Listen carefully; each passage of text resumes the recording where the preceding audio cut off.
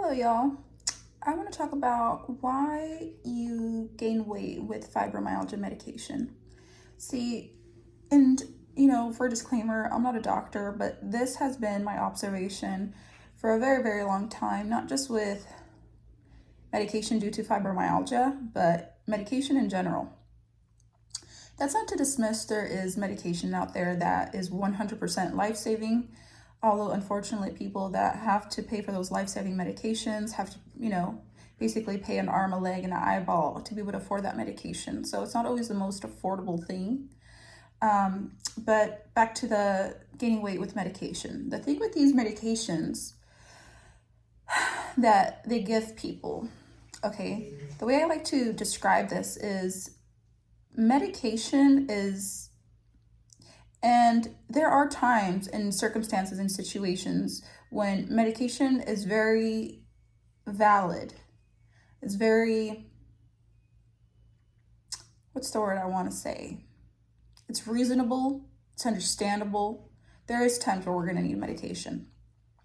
But the types of medications I'm talking about that are for managing and maintaining health issues, what they're going to do is they're going to, one, cover up the problem that you're dealing with, right? It puts a blanket over it. It's still there. It just puts a blanket over it. And then you're going to deal with all these other side effects. So you get rid, which you're not really getting rid of the problem, you're covering it up, you're putting a Band-Aid on an amputated arm, is they cover up the problem and then they give you other problems. It's this never-ending cycle of making a deal with the devil.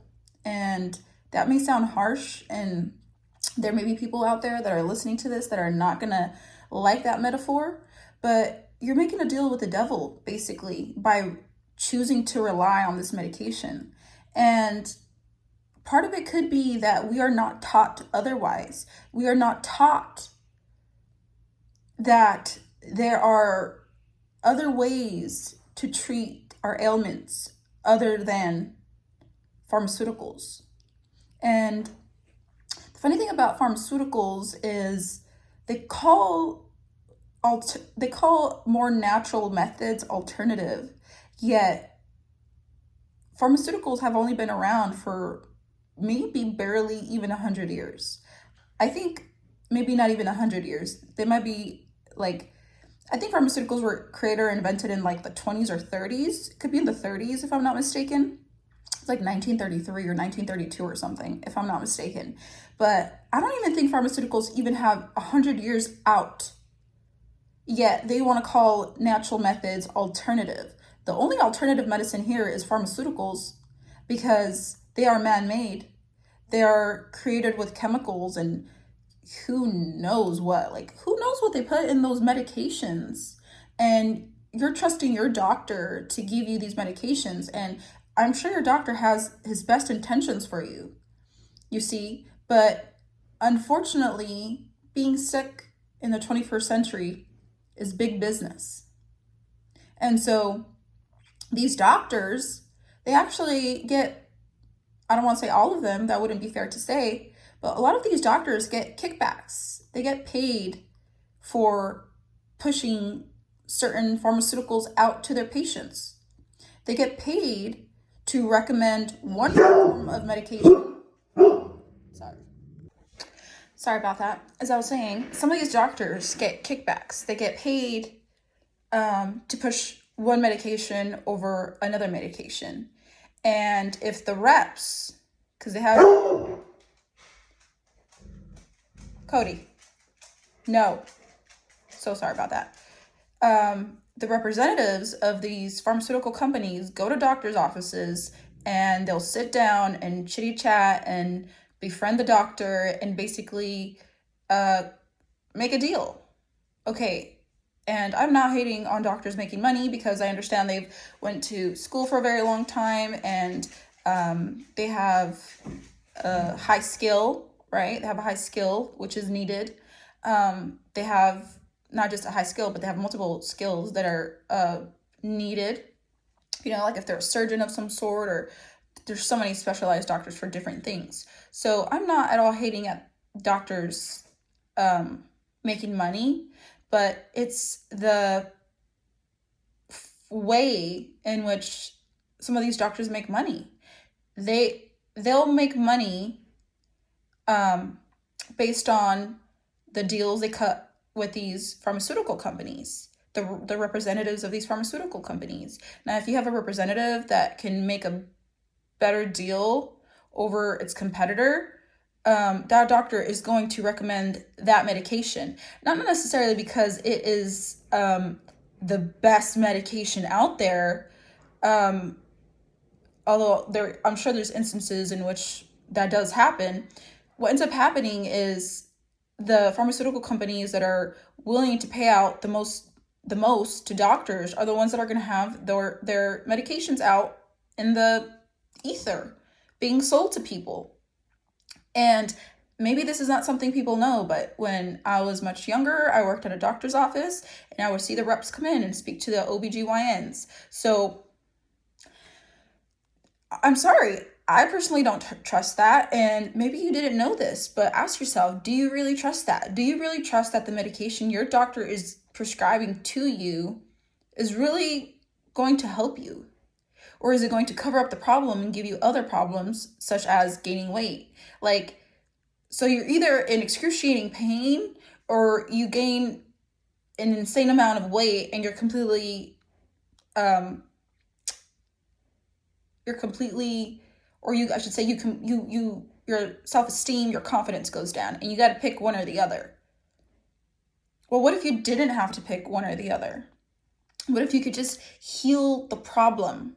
What if you could just find the root cause of your fibromyalgia? If you could figure out why your body is doing what it's doing. And the thing about fibromyalgia is that fibromyalgia, and doctors know this, doctors know that it's a mind-body problem. They understand that this nervous system is in overdrive, hyperdrive, it is maxed out. Your nervous system is turned on and it's not turning off, and it's working over time, right? It is it's in freaking speed mode, basically. And because your nervous system is turned on, your fight or flight, right? It's turned on and it's always on, you're going to be more sensitive to even the tiniest bit of discomfort or pain, or even find yourself being in extreme amount of pain or discomfort with just doing very minimal things, right? That's why you speak of pacing yourself, because you feel that you have to literally give yourself in tiny increments, because if you overdo it just a dash, you're paying for it for hours, days, a week. Some people get flares where it's on and off. Other people are just constantly always in pain. So everyone's a little bit different. I know fibromyalgia has a wide range of symptoms, and a lot of these symptoms are very strange. And by strange, it is what it is. Okay, guys, I call it what it is. I don't sugarcoat shit. Some of these symptoms are very strange. To hear someone say my hair hurts, that's very strange for a regular, normal person. Now, do I understand? I absolutely understand. I absolutely understand what it's like to have a pain that's always there. I made a video about how I actually heal the pain of my scoliosis, which scoliosis is just like fibromyalgia, in which doctors tell you we don't know why your body is doing this, and you basically have this for the rest of your life. We can't help you. There's nothing they can do, because they really don't. They don't know, and it's okay that they don't know, but also, let's not discredit ourselves if we're willing to learn, if we're willing to research, if we're willing to ask questions, if we're willing to be open-minded. Let's not discredit ourselves, because yes, doctors are doctors, and I mean, that's cool. That's great. But human beings are very capable, and you don't have to go to get a PhD to understand simple, basic ways in which your body functions. Not just your body, but your mind, your spirit, how you are not just this one-dimensional thing. You're not just this one physical body. There's actually many aspects and dimensions to you, right? Your mind body, your emotional body, your spirit / your soul, and then your physical body. There's so many different aspects to you, but yet doctors are only treating the physical, and they wonder why in the fuck they can't figure it out. And I'm telling you, because I have seen it and I've experienced it myself. Physical ailments, although yes, they can be triggered through your lifestyle, through your diet. Obviously, like if you have a cardiovascular problem and you're like 400 pounds, yes, you need to change your diet, you need to change your lifestyle. But all these different other autoimmune disorders is really a big one. Okay, this is really the like big umbrella term that I could basically use this for. Autoimmune disorders or idiopathic disorders, for example, like scoliosis. Scoliosis is idiopathic, which means they don't understand what's causing it. They don't understand the root cause of that ailment. Okay, so idiopathic, autoimmune, they all end up kind of in the same bubble where doctors, science, can't figure out, I should say standard conventional science, can't figure out what's going on. Because the thing is that our thoughts and our emotions can make us sick. And I really don't give a shit if you disagree, because if you care at all to listen to any of the new science that is coming out, and by new science, I'm talking about quantum physics, quantum mechanics, neuroscience, epigenetics. There are a lot of new sciences that are literally coming out with extraordinary results and discoveries and things they can confirm, and your thoughts and your emotions can make your body sick. Okay? Go look up Greg Braden. Go look up Dr. Joe Dispenza. Go look up Bruce Lipton. There's so many others as well. But your thoughts and your emotions can make you sick. But guess what? Just how they can make you sick, they can also heal you and improve you. Do you really think God would create this human body? I'm speaking like in general, right? Like the human body and how intelligent it is, and how you don't have to think about your breathing. You don't have to tell your heart to beat however many times per minute. And you don't have to tell your body to detox. You don't have to tell your body to do all kinds of stuff. You don't have to tell your body to grow your hair. When you get a cut, you don't have to tell your body to heal that cut. Your body already knows. It's already going to do what it needs to do to heal that cut, to heal that wound. So your body is insanely intelligent. Do you really think God would just throw us on this planet Earth and not give us ways in which we can help ourselves, ways in which we can heal ourselves? I'm sorry, but I personally just don't believe that. I really do think that every problem has a solution, because I believe that God created us to be supernatural, basically. We're supernatural beings, but we have been completely indoctrinated and brainwashed to believe otherwise. But your body is so capable of healing itself. Your mind is, your subconscious mind, which runs 95% of your life, 95-ish%, is so intelligent. It is so intelligent. It is 95% more intelligent than your conscious mind, which your conscious mind is your logical, reasoning mind, your analytical mind, right? Your subconscious is below that. And you are actually not even conscious of the things that are in your subconscious until you access the subconscious. See, your mind is like a computer. Not just like any computer, but it's like a supercomputer. And just how when you get a brand new computer, it already has programs downloaded on it, correct? So like if you buy a Mac or an HP or whatever, it's going to come with certain programs already in the computer. It could be like the internet application is already on the computer. It could be that a film editing application is already on the computer, right? But if you want other applications, you have to actually download them into the computer, right? Well, your brain is the exact same thing. There are programs that are running in your subconscious mind, which means that you are not aware of it. And in order to change the program that's in the subconscious mind, you have to access the subconscious mind in order to change the program.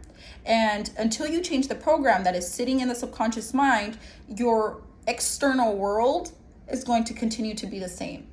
If you want true, genuine changes, and as we all know, changes start from the inside, not from changes start from the inside out, not from the outside in. Okay, until you change that program that is running in your subconscious mind, which you currently are not aware of. I promise you are not. Okay, the subconscious mind is just this vastness of space that can hold a lot of memories and feelings and experiences and beliefs, and all of these things in a way can be considered programs. Okay, so until you change that program, your external world is going to remain the same until you change that program. Just like on a computer. If you wanted to not have a program on a computer anymore, you got to go into the settings, you got to go into the application, you got to delete, blah, blah, blah. Boom. You deleted the program from the computer, it's not there anymore. But you have to access the settings. You have to access the subconscious mind in order to change the program. And so that's basically what I do. And I am very passionate about this. I'm very passionate about the mind-body connection, and to be able to do something that aligns with my passion and that helps people that currently can't be helped by mainstream conventional medicine is an absolute blessing. So if you have any questions about anything I just said, feel free to reach out. I'm always so happy to chat with people, and I will talk to you guys soon.